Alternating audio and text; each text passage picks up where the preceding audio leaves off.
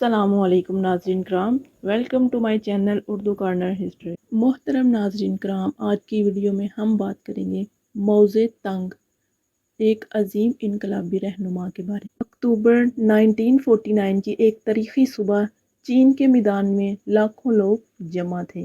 ان کے چہروں پر امیدوں کے چراغ روشن تھے اور دلوں میں ایک نیا چین دیکھنے کا عزم تھا۔ یہ وہ لمحہ تھا جب موزے تانگ کی قیادت میں دنیا کی ایک عظیم ترین تہذیب نئے عہد میں قدم رکھنے جا رہی تھی۔ یہی وہ وقت تھا جب عوامی جمہوریہ چین کا باقاعدہ قیام عمل میں آیا اور موزے تانگ نے چین کی عوام کے لیے ایک نئے دور کا اعلان کیا۔ چین 20ویں صدی کے آغاز میں معاشرتی اور سیاسی بے چینی کا شکار تھا۔ ملک جاگیردارانہ نظام، داخلی جنگوں اور سامراجی طاقتوں کے زیر اثر کمزور ہو چکا تھا۔ چینی عوام غربت اور بدحالی میں جی رہے تھے، جبکہ ملکی وسائل بیرونی طاقتیں لوٹ رہی۔ اسی ماحول میں چین کی کمیونسٹ پارٹی کی بنیاد رکھی گئی، جس کا مقصد ایک سوشلسٹ اور مضبوط چین کا قیام تھا۔ موزے تانگ، جو ایک انقلابی رہنما کے طور پر ابھرے، کسانوں اور مزدوروں کی طاقت پر یقین رکھتے ہوئے ایک انقلاب کی بنیاد رکھی۔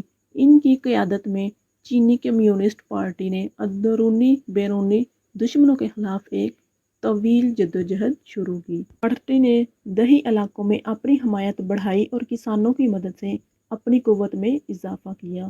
کئی سالوں کی خون ریزی اور جدوجہد کے بعد موزے تانگ کی قیادت میں کمیونسٹوں نے کامیابی حاصل کی اور چیانگ گائی شیک کو تائیوان کی طرف فرار ہونا پڑا۔ لاکھوں چینیوں کے سامنے موزے تانگ نے عوامی جمہوریہ چین کا قیام کا اعلان کیا۔ اس وقت موزے نے کہا، چینی عوام اٹھ کھڑے ہوئے ہیں۔ یہ الفاظ چینی عوام کے لیے نہ صرف آزادی کا پیغام تھے، بلکہ ان کے لیے خود مختاری، عزت نفس اور ایک نئے سفر کا آغاز بھی تھے۔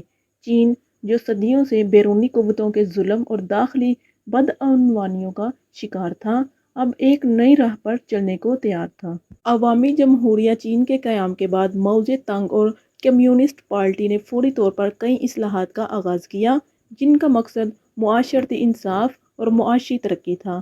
موزے زمین کے اصلاحات کے ذریعے جاگیردارانہ نظام کا خاتمہ کیا اور کسانوں کو زمینوں کا مالک بنایا۔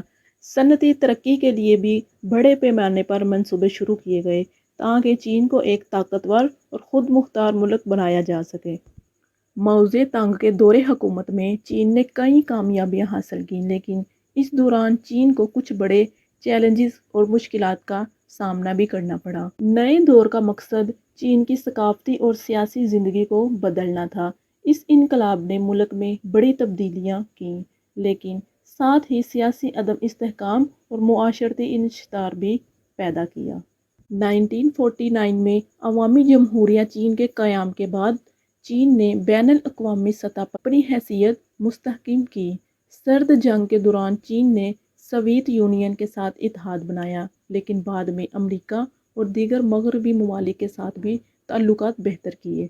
1971 میں چین کو اقوام متحدہ میں تسلیم کیا گیا اور اسے عالمی برادری کا ایک اہم رکن مانا جانے لگا۔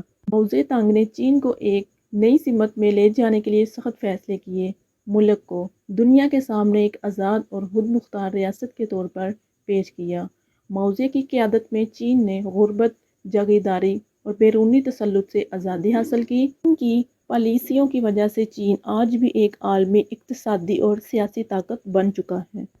موزے تانگ کی قیادت میں عوامی جمہوریہ چین کا قیام ایک تاریخی واقعہ تھا، جس نے نہ صرف چین کو ایک نئے دور میں داخل کیا بلکہ عالمی سیاست میں بھی ایک اہم تبدیلی کا سبب بنا۔ یہ واقعہ چینی عوام کے لیے آزادی، خود مختاری اور ترقی کی نوید لے کر آیا۔ موزے تانگ کو ہمیشہ ایک عظیم انقلابی رہنما کے طور پہ یاد رکھا جائے گا۔ تو ناظرین کرام، آئی ہوپ آپ کو یہ ویڈیو پسند آئی ہوگی۔ مزید ایسی معلوماتی ویڈیوز دیکھنے کے لیے ہمارے ساتھ رہیے گا۔ ملتے ہیں نیکسٹ ویڈیو میں، تب تک کے لیے اللہ